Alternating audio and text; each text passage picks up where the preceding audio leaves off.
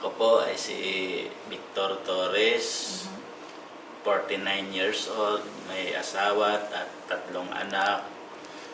Ang trabaho ko po ay isang security guard.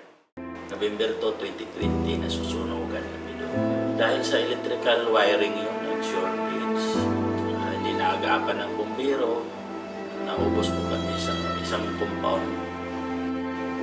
Tapos ngayon, nagdahan-dahan po akong katayo ng bahay, nangungutang.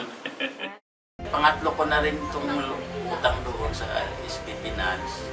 Yun lang po ang ginagawa namin, dahan-dahan lang pumutang. Okay naman, kakabayan naman din.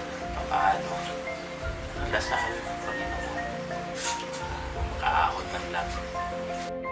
Nakipasalamat ko rin sa SB Finance talaga na nakatulong. Sa SB Finance, dito, pwede